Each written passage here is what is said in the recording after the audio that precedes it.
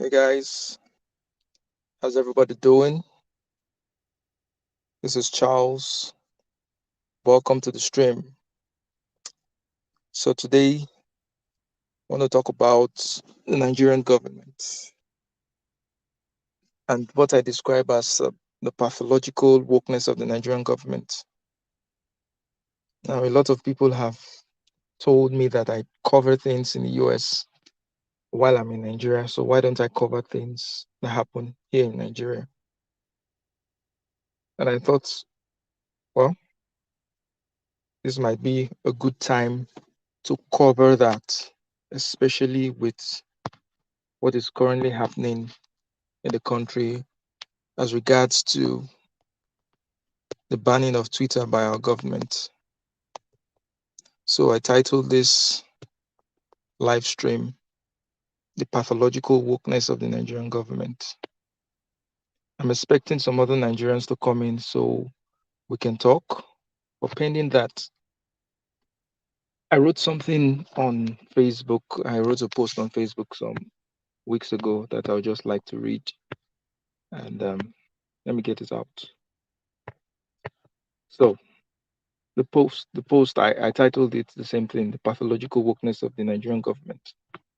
And it goes, in the current progressive devolution of the Nigerian state into authoritarianism, totalitarianism, and nepotism, it has been reported that the Nigerian Broadcasting Commission, a federal government institution, has suspended the broadcast license of Channels Television News and fined them 5 million naira for daring to accommodate the spokesperson of a group the federal government does not like. Just at the same time, a singer, Ricardo Banks, tweets about Nigeria descending into a civil war and politicians enabling it.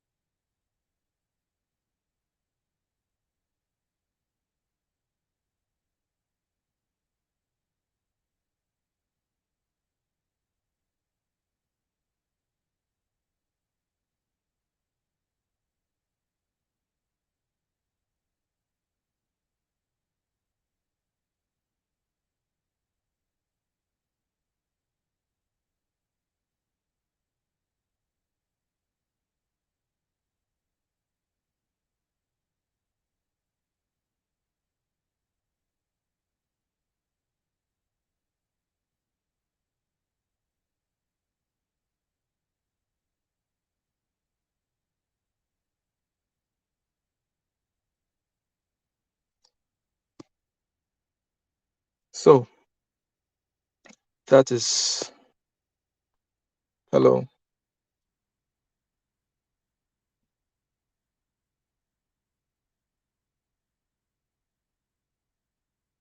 I hope we got the little monologue I went on just now.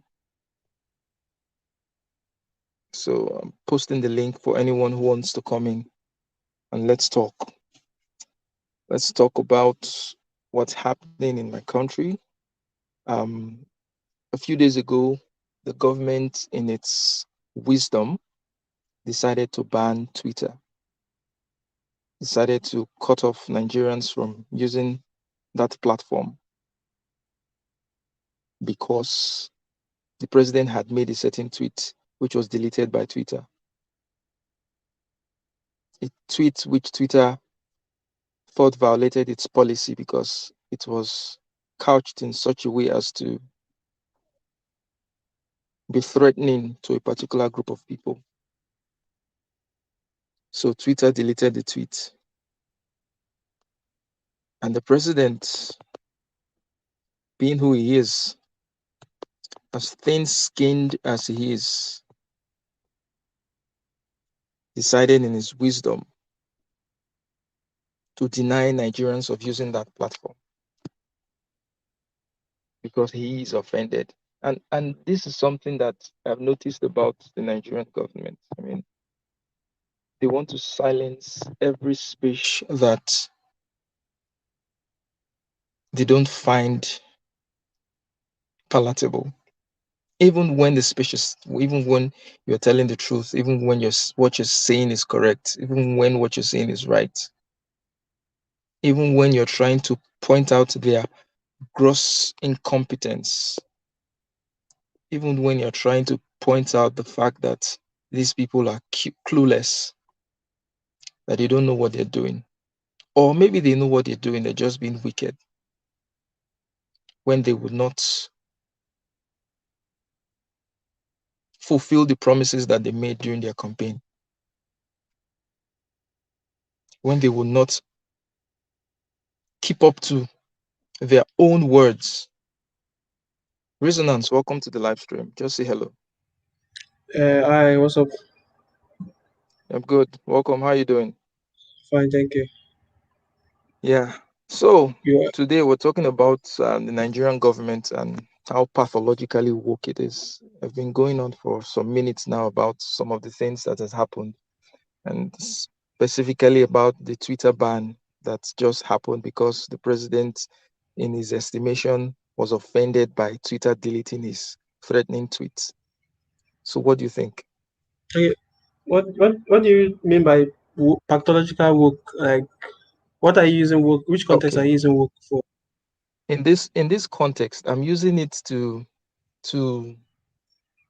conceptualize the thin-skinned nature of the Nigerian government because from the Okay, little I've seen about wokeness in the West, it's usually people who are too excited about certain things and they're not ready to consider any other opinion. They're not ready to consider any other um, position. You understand? So they want okay, to shut down conversation that they don't like. They want to shut down conversation that is contrary to their own health beliefs. So that is the sense in which I'm using the word pathologically woke. cool. You Yeah, get? I get I get your points now. Yeah. Is it a perfect example of this was demonstrated when is it Senator Remi Tinubu was I can't remember what actually happened in that instance that somebody brought up the issue of insecurity and she was like so when I think the guy is from APC, so it was more like so she was insinuating that why isn't bringing up the issue of insecurity that why is he bringing up the issue of insecurity is he an opposing party member, that kind of thing, as if Yeah. insecurity is a party problem, right? That Exactly. unless you are part of this party you shouldn't bring it up, even though insecurity affects everybody. So I can get what you mean by that from that. Yeah. Welcome the Black Commander and Kevin Black. How are you guys doing? I'm Good, fine, hey, though. I'm greetings fine. everyone. So I missed the explanation because I was a bit concerned myself as to what you mean by pathologically woke. So I heard you were explaining it. I kind of missed it. Do you mind explaining it again? Okay, so what I mean by pathologically woke is a sense where people want to shut down conversation that they don't agree with. A sense where people think they are doing the ultimate good, but the way they want to express that ultimate good is to deny conversation that is contrary to their own held beliefs or held positions. And it is something that I've noticed in the Nigerian government. I mean, they don't want you to say things that are contrary to their positions or things that are revealing about their true nature. They want to shut Mm-hmm. down that conversation. So that is the sense in which I'm using the term pathologically woke, because they import, the government imports these foreign terms, localize it to the detriment of Nigerians. Take hate speech laws, for example. The government wants to pass hate speech laws. And when you see them being implemented, those laws being implemented, they are basically a protectionist laws for the political class. For example, if you say something critical of the government, they will say it's hate speech, that you're saying something. They can just plainly say hate speech, or they can say, if you say something critical about someone in the government, they would say it's because he's from a particular tribe. So you are propagating hate speech against that tribe for criticizing the ideas of someone just because he's from a particular tribe. So Mm-hmm. that is what I believe. Or that is the Okay. sense in which I'm using the term pathologically woke. Yeah, Okay. But you know that woke just mean that you're aware of what's going on though. That's what woke of really course. means. That is why I use the two terms pathological and woke. You understand? So one qualifies the other. You understand? In the sense that yes, the idea of being woke is yes, is noble. It's being aware and all that, but it can be taken to the extreme. And I've seen it a lot of times where it's taken to the extreme. I've seen some cases in Western media where those things are taken to the extreme. You can't criticize certain ideas, you will be cancelled, you will be shut down, and But all that. So I get what you're to me, saying. I do get what you're saying. Mm-hmm. yeah. So to Yeah, me, but that. when Mm-hmm. when the thing is, when the government of Nigeria looks at those things and they domicile it to their own benefit, to the detriment of the people, I term that pathologically woke. Because I don't see a reason, for example, for hate speech laws in this country where it is being played as such that you cannot criticize anyone from the government without being called that you are propagating hate speech. I mean, you get what I'm trying to say. Charles, Mm-hmm. let's answer this question from Anan. Why did Nigeria ban Twitter? Was it because Twitter was banning non-woke voices en masse, but not banning woke extremist voices despite government's request that they do so? Was Twitter trying to manipulate politics and public opinion to serve a dark Twitter agenda? Okay, let me just reply to this. First of all, let's Nigerian politics is far different from American politics. My personal belief on why they ban Twitter is very obvious. Why they ban Twitter? Twitter is where a lot of political dissent from against the Nigerian government happens. A lot of the majority of Twitter users, Nigerian Twitter users are, anti-Buhari, that kind of thing. That's especially the mainstream. During the NSAS movement, Twitter was one of the biggest tools that was used by the people basically to fight against the government. So I think they have been wanting to do it for a very long time, but they just needed the avenue. That they just needed an excuse to to finally go through with their plans, which is Mm-hmm. from the fact that the Twitter deleted the tweet of the president, and Nigeria is not such a we're not the political class in Nigeria is very, very, very strong. They control almost everything. So once you go against Yes, the political class, you can't go anywhere. yes. So basically, Nigeria banned Twitter because the government could not control the conversation on Twitter, and they felt threatened because people are very openly against Buhari on Twitter. Most of the Nigerian users there, and they criticize him and criticize the government and everything like that. So because they could not control the conversation, they need an excuse to go and say, oh, this is pushing this or this is pushing that and blah blah blah. So they come up with a reason and basically took action now. So Charles, anything to add? yeah, that particular tweet that Buhari made, that president made, that particular tweet, did you find any issues with that tweet? Okay, share me personally. Yeah. Okay, yeah, when I saw the tweet, I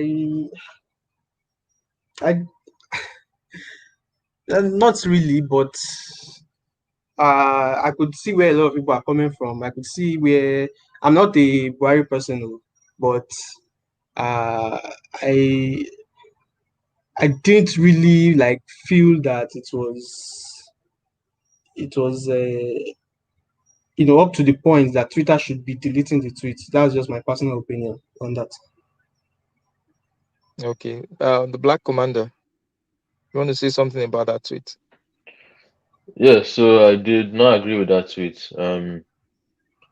I felt it was a bit insensitive, and you know how Buhari is, you know how Nigerian does that. So I don't think that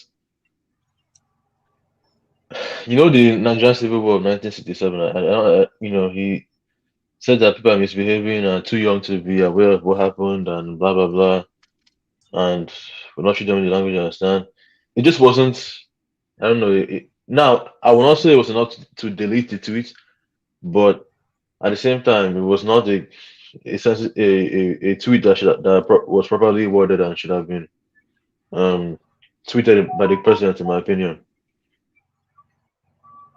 Don't you think that that tweet was a threat? Was a threat, a very thinly veiled threat. I mean, when you say you're going to treat them in a language that they understand, then connecting it to the Civil War, that they were I not was, old enough to Yeah, understand what yeah. If happened. you want to see it, if you want to see it I as a was about to threat, say, oh, you oh, would definitely see you would definitely see it as a threat, I think.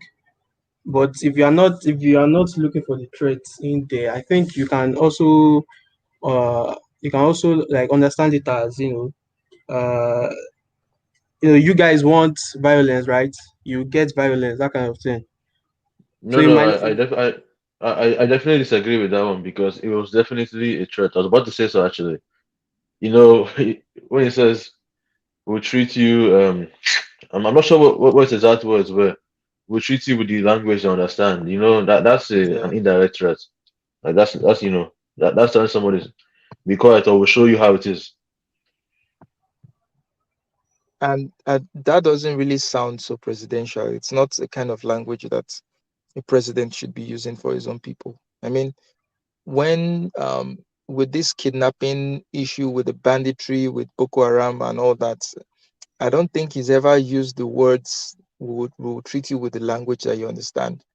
Even when students were kidnapped, he was calling for, he was almost like pleading with them to be for them to be released. He wasn't talking tough.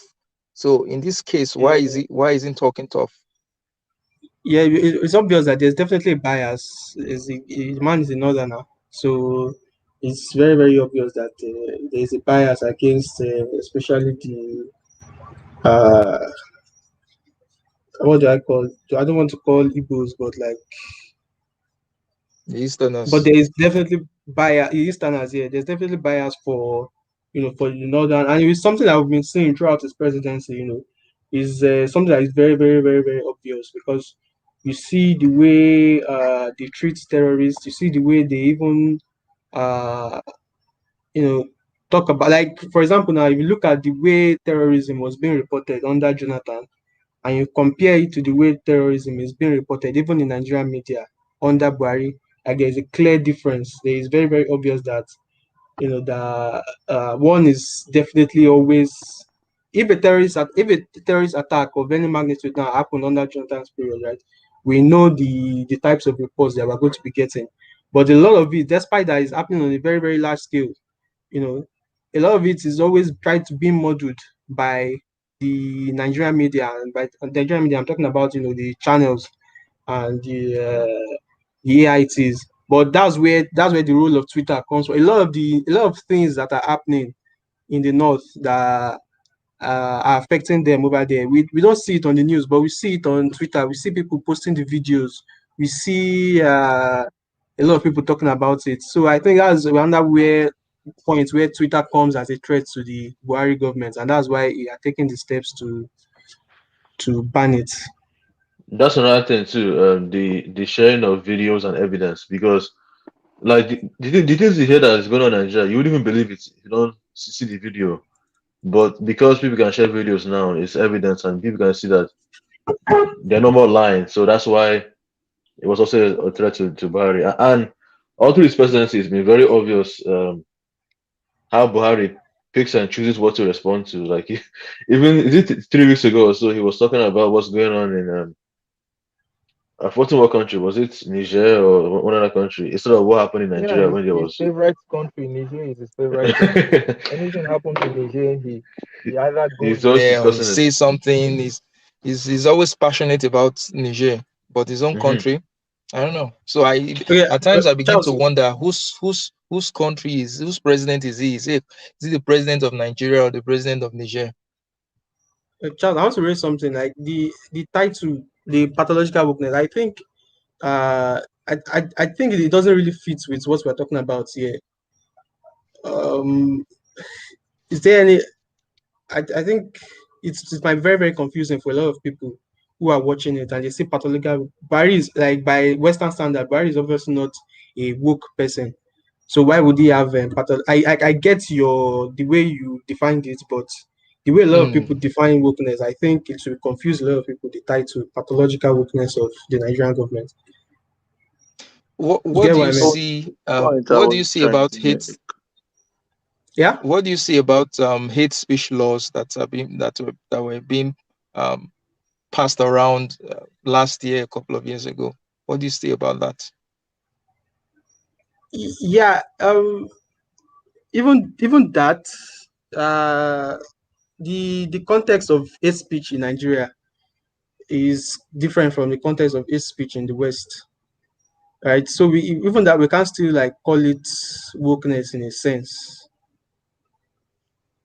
It is, in the sense that it is the same concept that the government. It's like they just do a copy and paste. They look at, okay, what's happening, what's trending in the West right now, and what's trending is, okay, hate speech, hate speech. We're trying to guard against hate speech, hate speech, hate speech, and the government just copies it into our system without finding the proper context for it. They just apply it to themselves. So when you Ex- criticize the government, it is labeled hate speech. You understand? Exactly. That's why I think it will be very, very confusing to especially Western viewers or people that are not in Nigeria to understand, because when somebody is talking about pathological wokeness, the first thing that Mm, comes to your mind is not a Buhari type person. You mm, think about somebody like AOC or somebody like all those the woke people that we know from our friends from America. yes, So, but Buhari yes, is definitely not somebody that comes to mind. But I get what you mean. Like they take the hate speech laws and they use it for their own context, which by Western standards exactly. is not woke at all. Yes, it's not it's an aberration, but that is they find the roots is in what's happening in the West. That's what I'm just trying. But anyhow, the title can always be changed, but we can continue the conversation. Now, Okay. what do you see about the government gagging of the media? I mean, you can barely say anything on traditional media against the government in Nigeria without being shut down, without being given a warning or being cut off. Yeah. I think Nigerian media, like I've always said, Nigeria has always been a country for the political elites, right? So the richest men in Nigeria always have, if it's not from politics that they get their wealth from, they are hand in hand with politicians. So Nigeria is a political elite country. Like you look at channels now, channels is owned by, I think, is owned by Tinubu. So it's very, very difficult for channels to report something against Tinubu. I think AIT too is owned by someone who is politically well connected. So a lot of our media, a lot of our traditional media is in some shape or form connected to the political elite. So it's going to be very, very difficult for them to to talk against the government. So that's what I think about it. But it's not even that. It's not like these people are doing it out of they're not criticizing the government out of fealty to the government. They're not criticizing the government out of fear because they know the government is heavy-fisted Yeah, and yeah, they're yeah, going yeah. to hammer down on them. Definitely, You understand? definitely, yeah. Imagine what happened with Channels TV some weeks ago, where they were fined 5 million naira for Yeah, just entertaining the IPOB spokesperson. I mean, the IPOB spokesperson came to give his opinion on a channel, and Channels TV bear no responsibility for what that man has for said, what they said. or what the Yeah. man. Yes. So why should they get to be fined? Why should they get to be punished by the government because the government does not like the opinions of someone who came on their panel? A lot of the reasons why the media is so gagged is not because they love the political class so much. It's because they are afraid of what might happen to their stations if they don't toe the party line. And it's getting progressively worse. I mean, it didn't used to be like this years ago. It didn't used to be like this during Jonathan's time. Even during Obasanjo's time, it did not used to be like this. People could still criticize them on. Now, the tactics they use in the media right now, what they do is if you say anything contrary to, they will just ask you, where is your evidence? Where is your proof? And they will use that to shut down the conversation. I mean, how many persons are there? Are certain things that we just see and we know that happens in the country that any thinking person knows that this actually happened. You don't need to go and gather the evidence, but you're not allowed to say such things because they know what will happen to them. NBC is breathing down on their necks. At times, I get so riled up when I'm listening to the radio. Maybe on my way to work, I'm listening to conversations on the radio where people they're having a conversation about issues happening in the country, and you see that the presenters, they just shut down certain things quickly because what happens is when the TV stations are fined, at times the TV stations will in turn pass the fine to the presenter that was on duty when that thing happened, when they got the fine. So everybody is so cautious. Nobody wants to speak out of line. It's terrible. Yeah, yeah, it comes from, yeah. I get what you mean. Like the Nigerian government has a very, very you know like they can do and undo. They can pull things like the fine that was given to channels, for example. Now, I think it's due to the fact that free press in Nigeria historically has always been something that is very, very difficult to have. That we've not had in a I don't think it is historically in Nigeria. We've had a period of, but I think under Jonathan it was definitely much better because a lot of people could come on the traditional media and criticize Jonathan, and in fact, the way his wife was made fun of a lot, that kind of thing can never happen with Buhari's. If you can remember, under Jonathan's time, the impatience, Mm, she was really made fun a lot during Jonathan's term. That kind of thing now cannot yeah. happen without fear under Buhari. And I think it has to do with also Buhari's military past. He came from a military background. His his mentality is still shaped by that.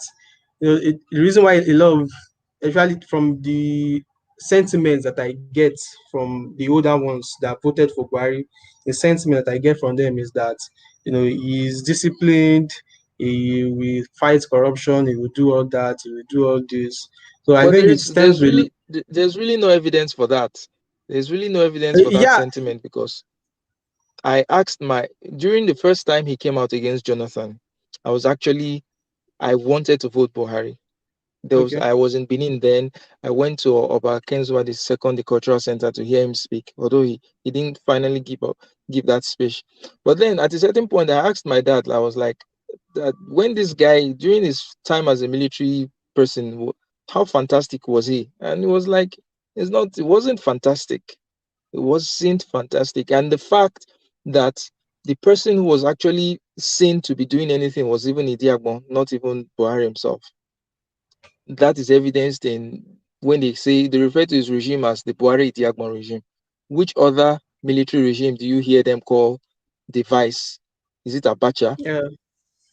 There's no other regime. So the thing is that the APC, they made a very good sales speech. I don't know how they packaged that man and made him seem like the messiah that Nigeria needed, but there They was used nothing in the books to have shown. a lot of tools against Jonathan for Buhari to enter. They really painted Jonathan in a very, very bad light. I can remember in 2012, I think when it was the first subsidy fiasco. I can't. I think it should be 2012. I'm not sure. I'm not sure if it's 2012, but during the first subsidy fiasco, that Jonathan lifted the first subsidy. They came out to the APC people. They came out to the streets. They Mm, came to protest, and they brought all the celebrities out. All the celebrities brought them out to protest. Uh, and Nigeria, we have this kind of thing with a lot of these local musicians, the Pasuma, all those ones. So they brought them out and they organized these very, very, very big rallies that really, so they were able to paint Jonathan in such a way that people just didn't want Jonathan back. So I think that was one of the very first things that first brought Buhari into power. And then in the second election, he was facing Atiku. A lot of people they had a feeling of the reason why, from my personal experience, if you ask somebody, they just felt like Buhari is the devil that we know, Atiku is the angel that we don't know.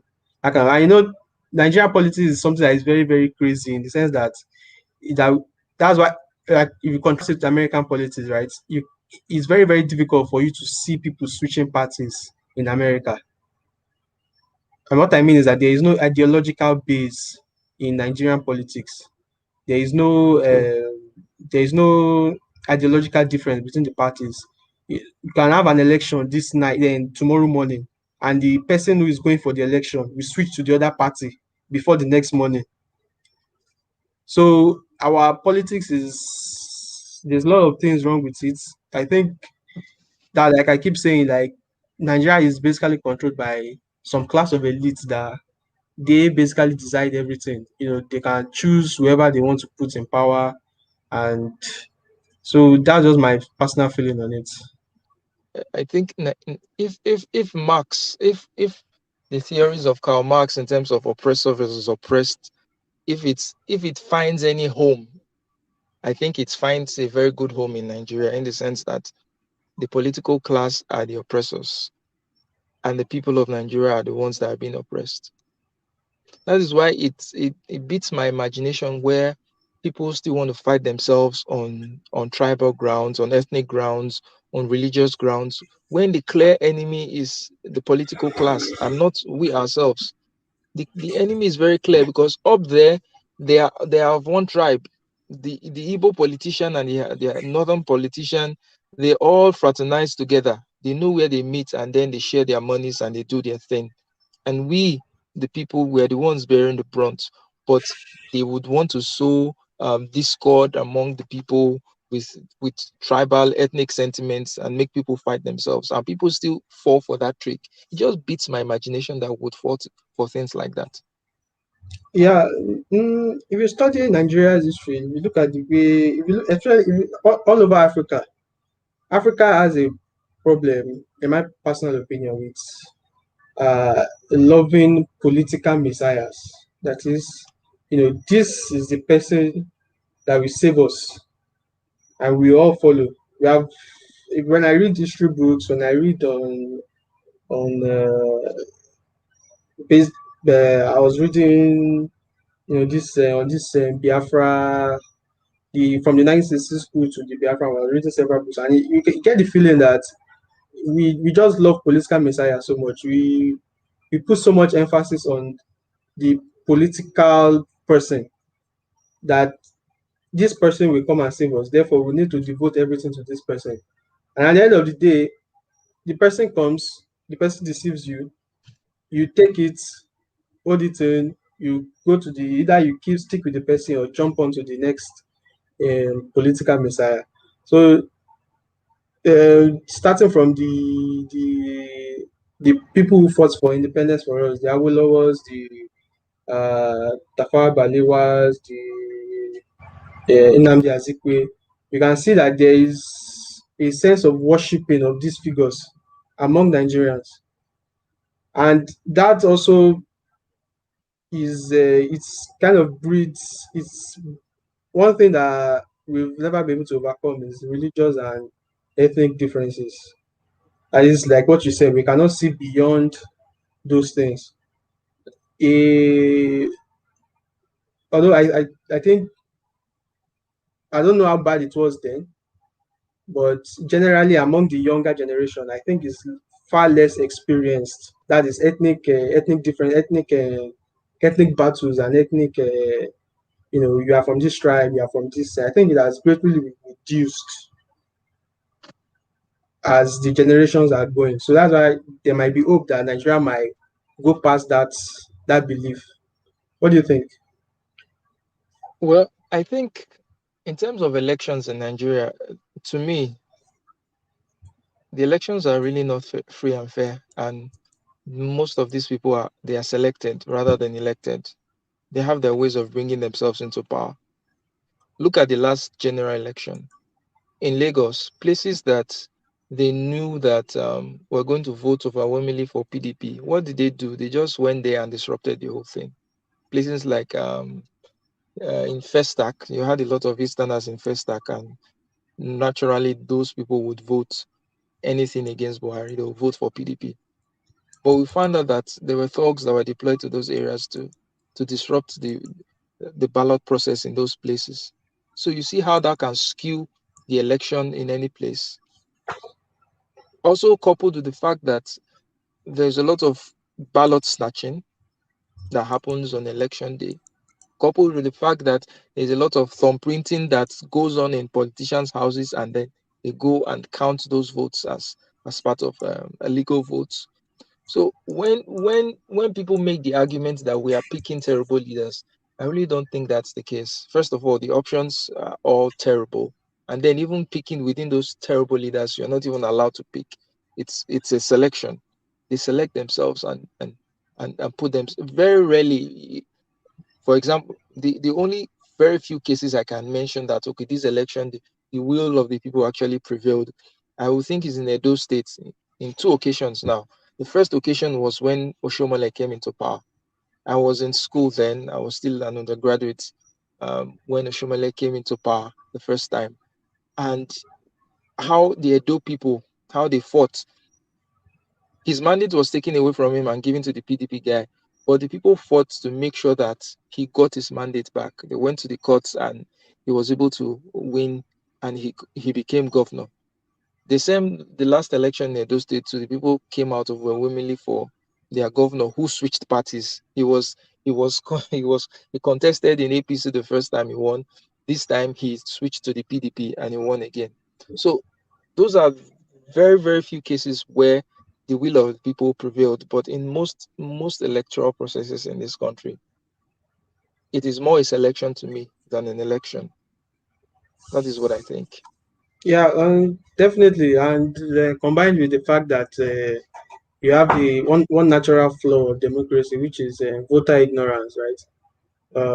This is not something that is peculiar to Nigeria, but is worsened in Nigeria because of exactly the things that you said. We don't even have free and fair elections in the first place, and a lot of people are not informed about their.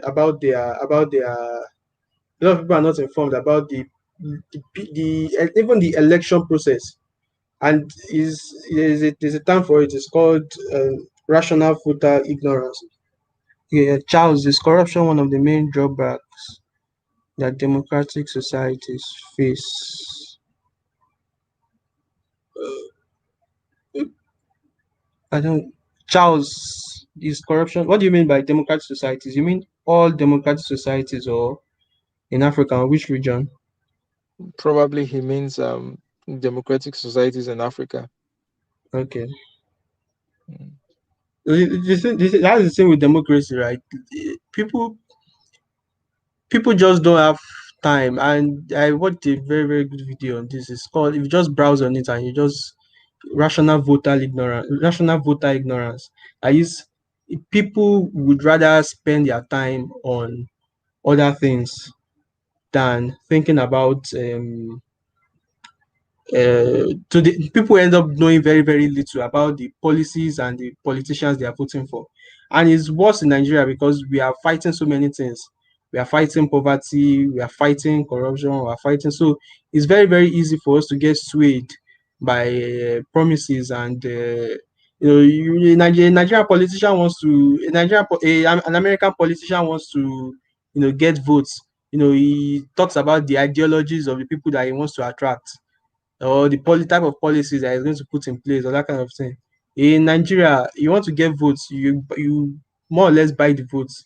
You go to your constituents, you share rice for them, or you share money. So people vote for the person who gives them the most money. So you are very, very correct that elections in Nigeria are more or less a sham. I agree with you on that. Yeah, but I still want to take you up on that notion of people collecting things from politicians and then voting for them. I don't think that if that happens, it does happen, but I don't think it accounts for the majority of why these people eventually come to power. Because, like I said, they do thumb printing outside of the electoral process. They do Okay. ballot snatching and every other thing that they do to ensure that they come in. Because you giving someone something is not a guarantee that that person would vote for you. Yeah, They definitely. may take what you have brought for them and still go ahead to vote their conscience or vote their minds.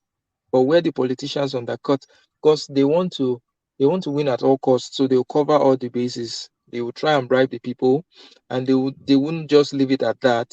They will do everything to make sure that they get into power, either by disrupting the places where they know they don't have strong support, or by stealing ballot boxes, or by thumbprinting in their houses and claiming them to be legal votes.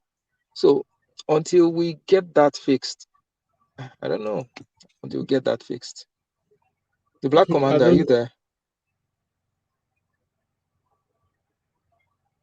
Prisoners, go ahead. I think it's not Okay, there. yeah.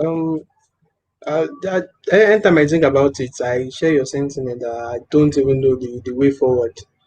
I don't. You read a lot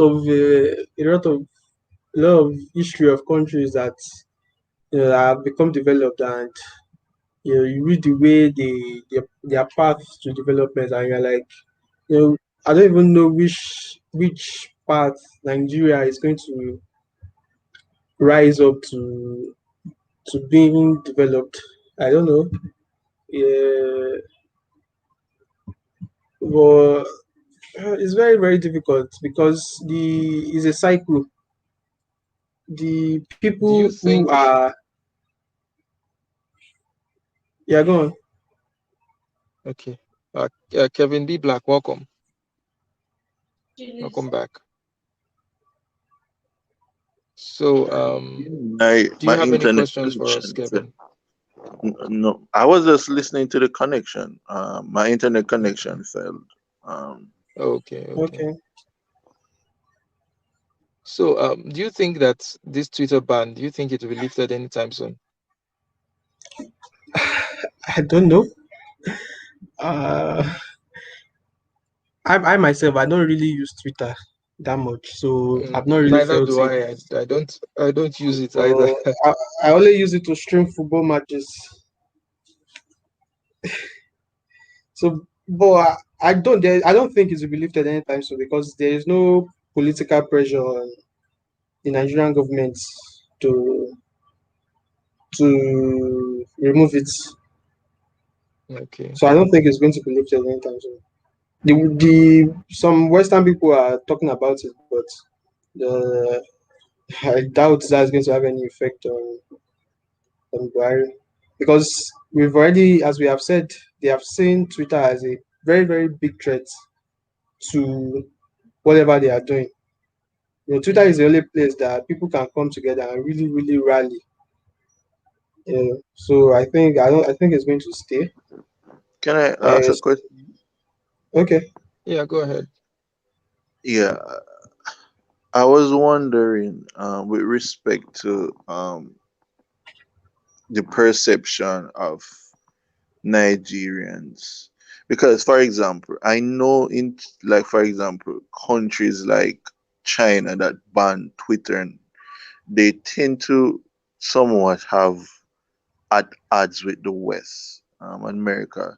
Um, so my question really is, what do you think are some of the implications for him banning Twitter in the country? Do you think like country like the European Unions and Britain and the UK will be more hesitant to engage in more diplomatic relationship with him? Okay. Reasoners, do you want to go or should I go first? Okay. Yeah. Let me go first.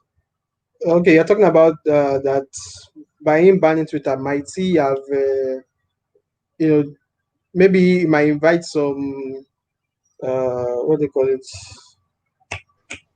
sanctions, International scrutiny. Yeah, yeah. yeah, sanctions and all that. Ah, yeah, I don't know. I'm not really sure about that. I think I'll just sit and wait and see what's going to happen. I'm not really sure about that. Um, Okay. For me, I don't think so. I don't think so. I don't think because Twitter is a social media space. So the Western countries or their governments might not be so, they might be hesitant in, wanting to use any kind of pressure, either diplomatic pressure, trying to withhold aid and funds and all that. If it was more something that is related to human rights abuses and all that, then possibly um, I could see that happening. But in this case, I think the West will just be aloof and let it blow over. That's what I think. I don't think there is going to be any diplomatic repercussions for the Nigerian government. At least there's nothing to indicate that that is going to be the case anytime soon. So until yeah, they're fed up with this, their tantrum and open up Twitter back, I'm afraid that's how it's going to be for now.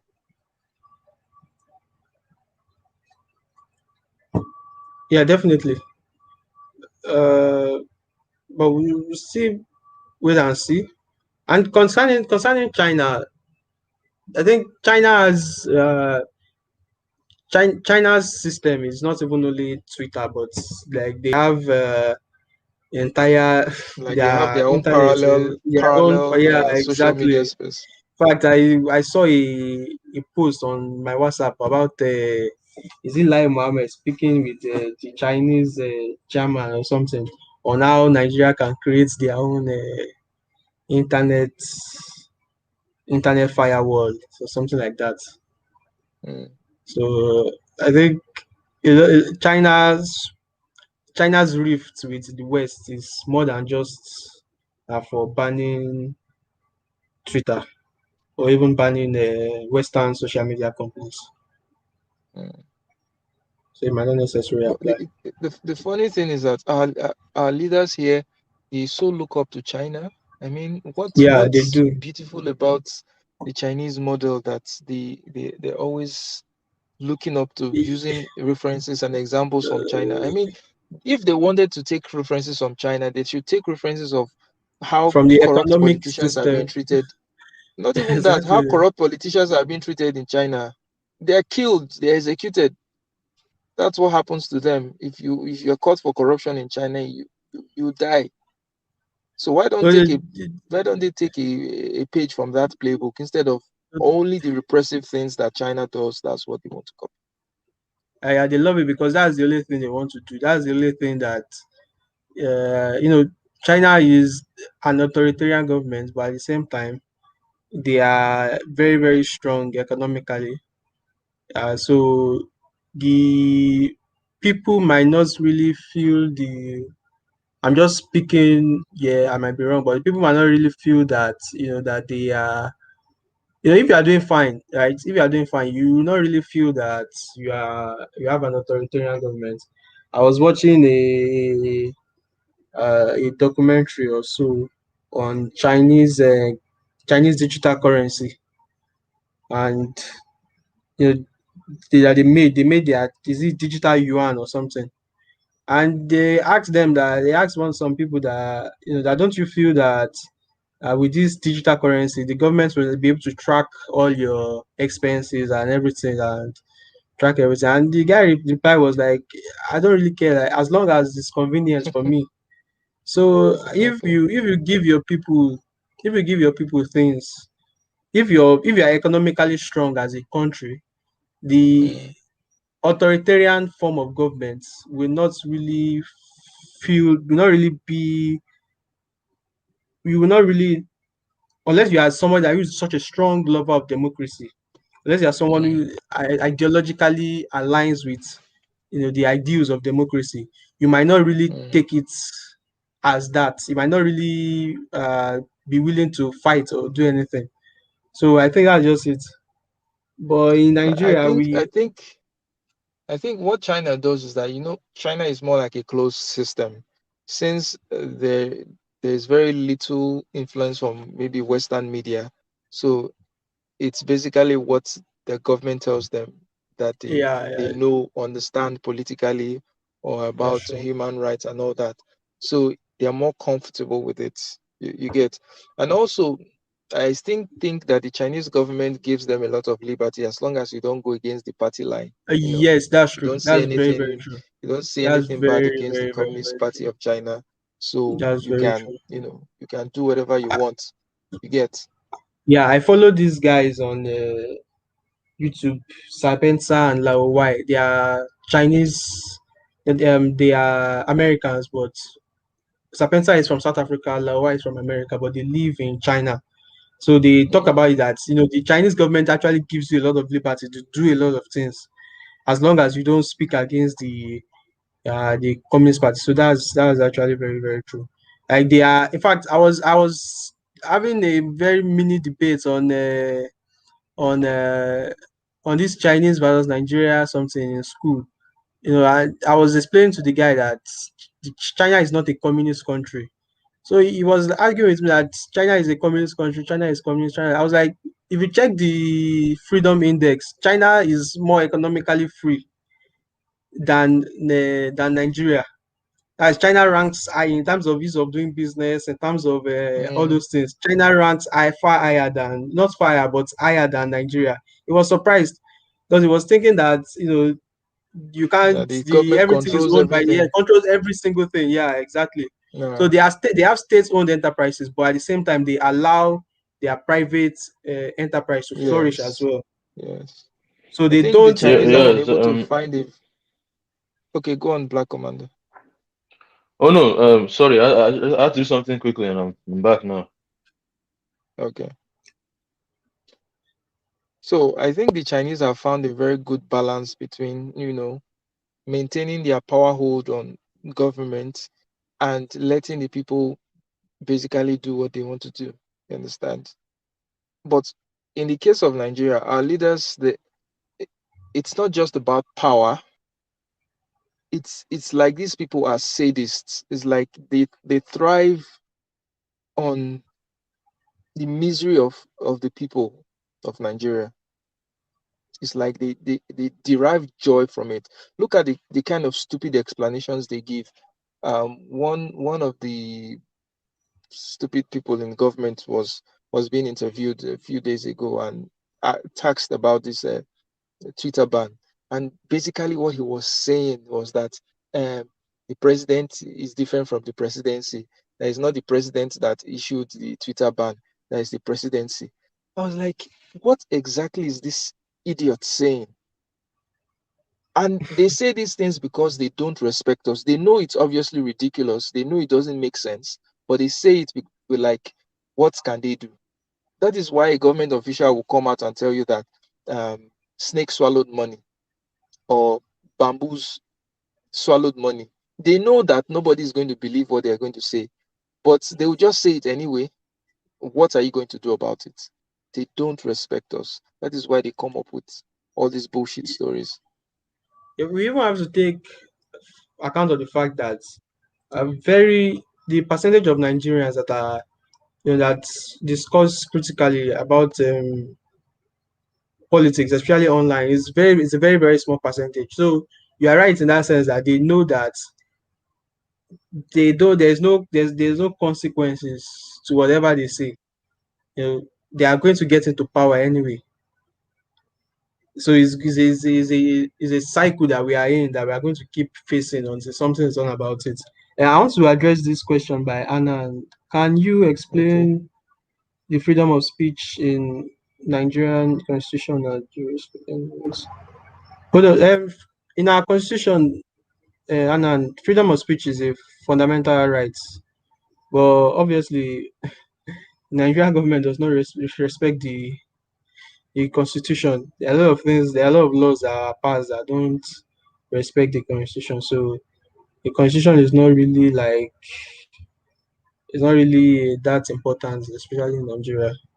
Because if you even look at the way policing is done here, if you look deep into it, it doesn't. The constitution does not allow for it, but they don't care. So The thing about Nigeria is that we are not in a shortage of laws. We no, our problem is implementing these laws. We have fantastic laws in our country. We have fantastic laws in our constitution, but no, they are not being implemented.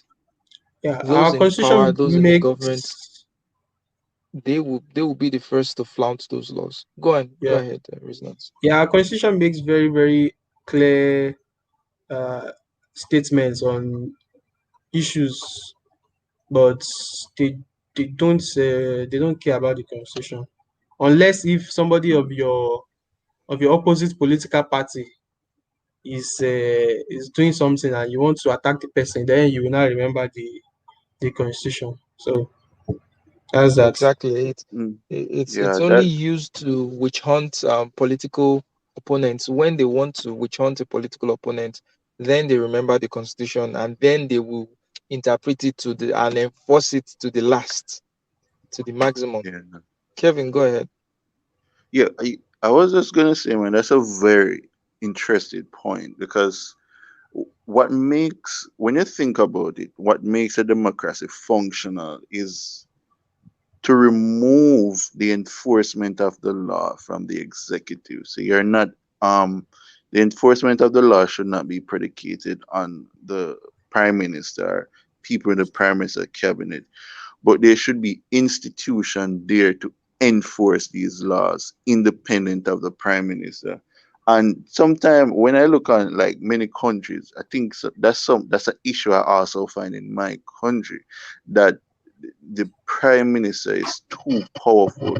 And while we may have sufficient law that is adequate to for the functionality of the country, there is not enough institution here to carry out those laws. And I think, yeah, that's something that hit me a while ago that I think was very interesting. Yeah, you're very correct. You're very, very correct.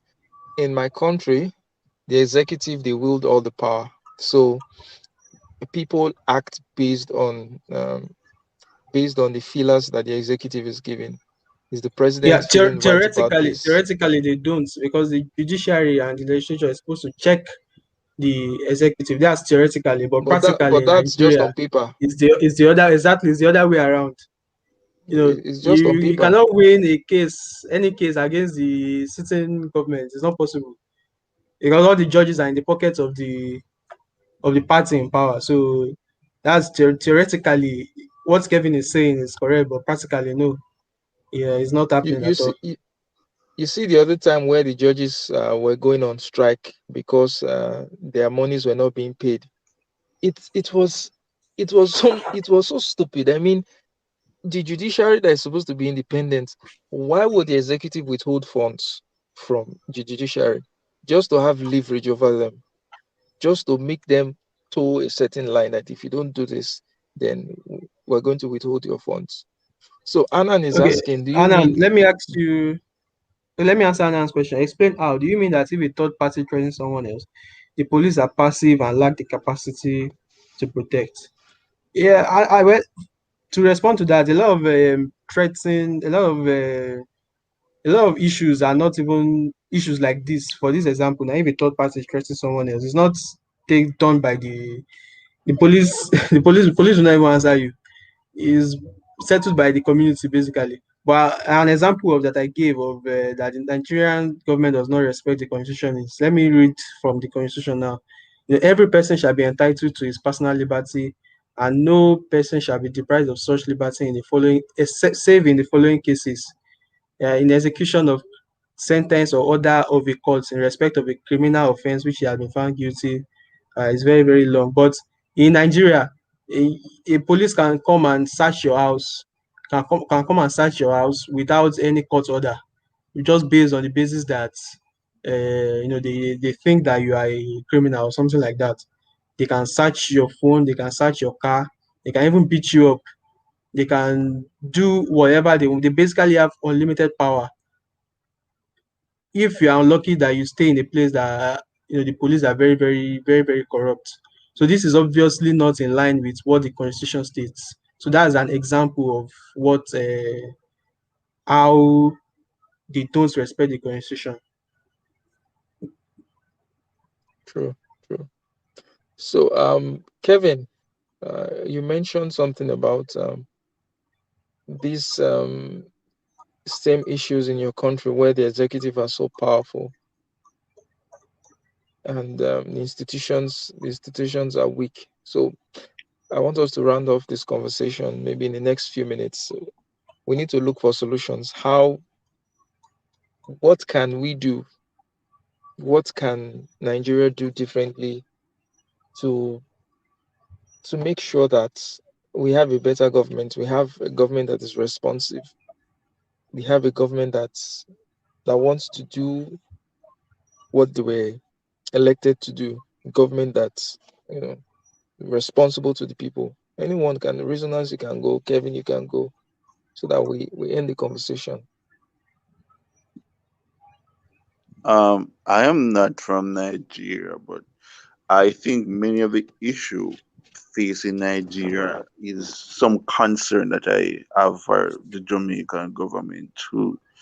How can the executive or the prime minister be more beholden to the population? I think you have to start with an outcry from the population. Politician only, especially if we are under this idea of a democracy, respond to the population and the populace.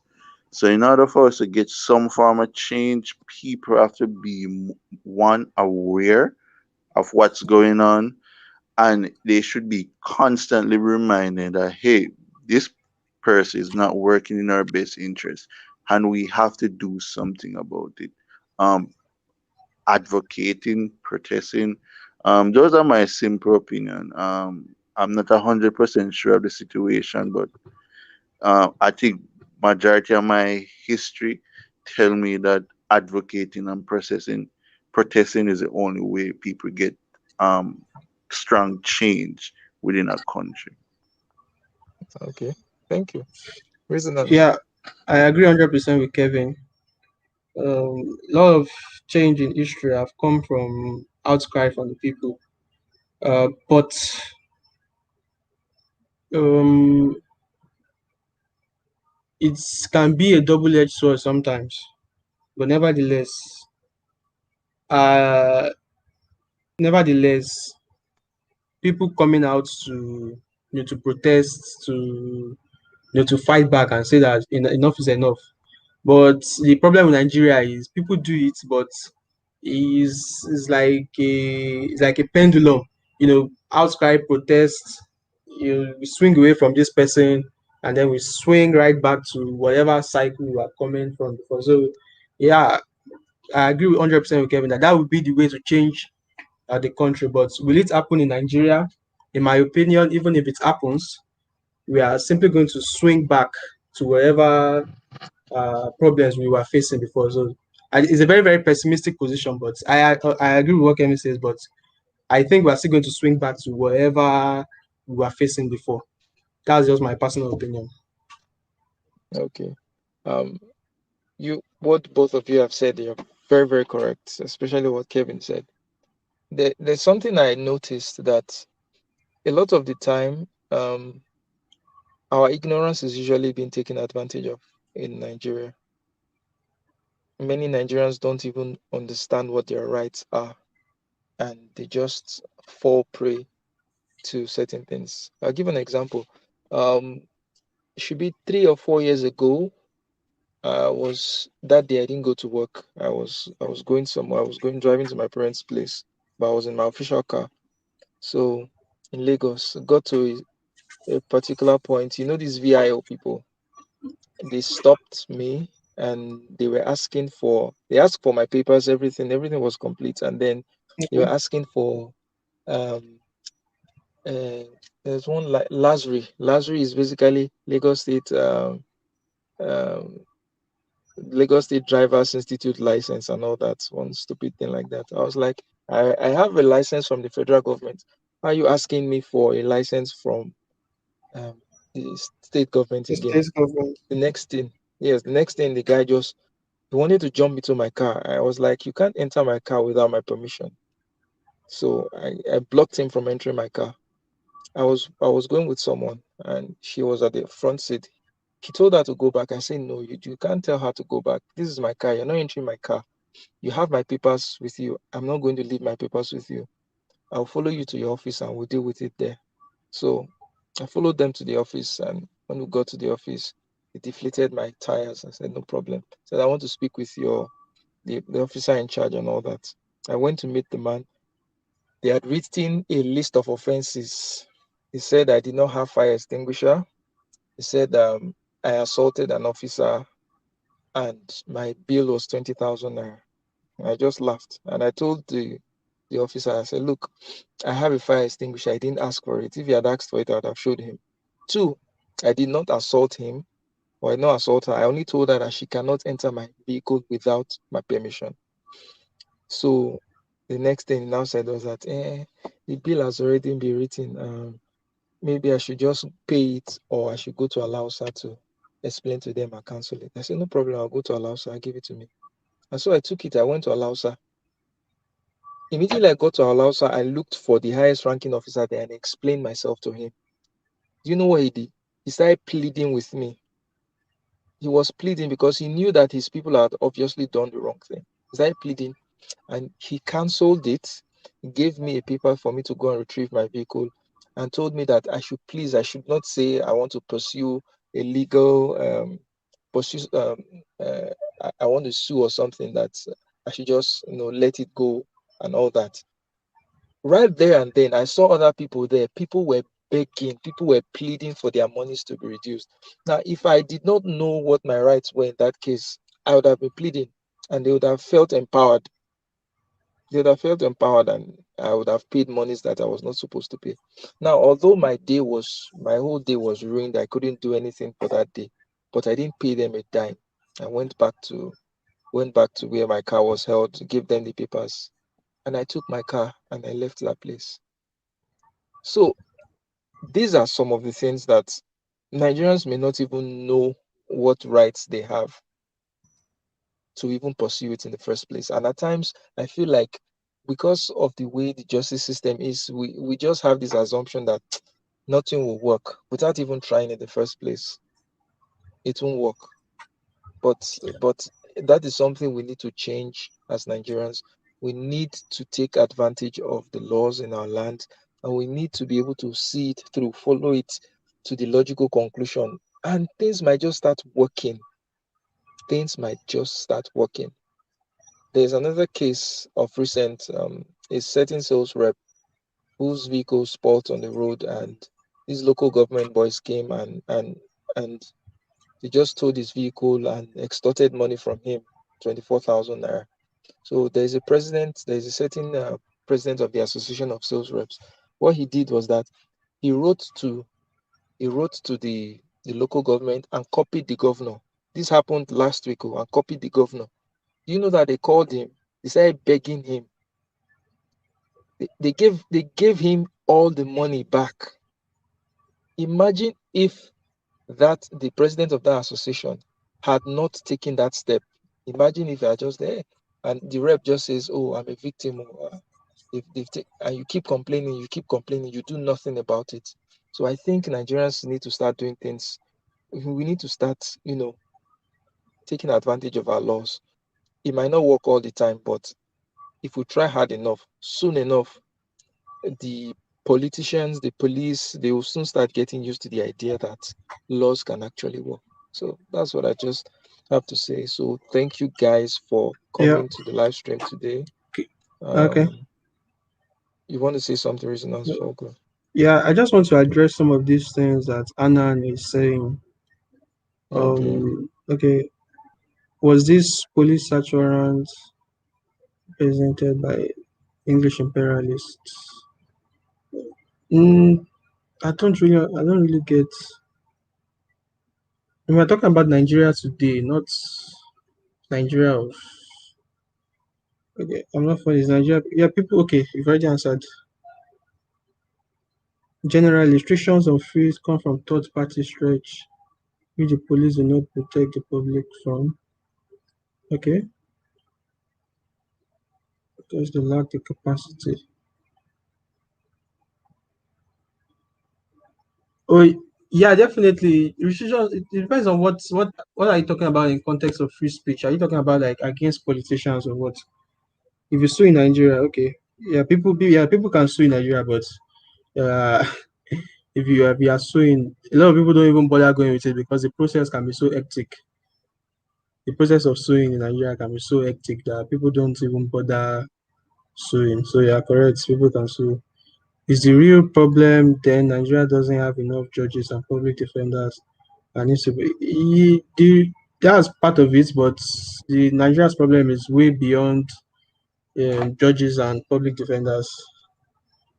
I think if they pay a lot of these people more, corruption will reduce. But the corruption in Nigeria is rooted so deep that you don't even know you don't even know where to even start from in terms of paying people. But if they definitely pay a judge, if when I went to I lost my phone and I needed to get an affidavit. For me to get the affidavit, I had to pay my way to the to get the affidavit because if I didn't pay, as if I didn't bribe, I wouldn't have gotten it that day. So that's definitely a lot of one of the problems of Nigeria. A lot of those people are not being paid more, but at the same time, it can even come from greed itself. You know, you know that A you lot of have it is leverage over. greed.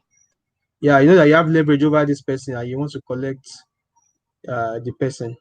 You want to collect from the person. So it's it's it's gotten to the point where there is the normal way and there's the Nigerian way. If you do it the normal way, you are not going to get very far. But you when you come to Nigeria, you know that you have to do things the Nigeria way, which is a very bad mentality. But all those type of mentality are very, very difficult to shake off. Very, very, very difficult because it's something that is generational. So Okay. before the There is a English question. Is there? No, let's take this one. If the Supreme Court of Nigeria delivers a ruling, do the police and government implement it? Okay, what does it mean by ruling? A lot of the rulings of Supreme Courts are not even that are not that they are not so they're not so they're not so impactful that you hear about it every day. You can go your entire life in Nigeria without hearing about any Supreme Court ruling, except if it has to do with something at the top. You know, if this politician is against this politician, you know, that's when we hear Supreme Court. We don't hear Supreme Court on things like laws, that kind of thing.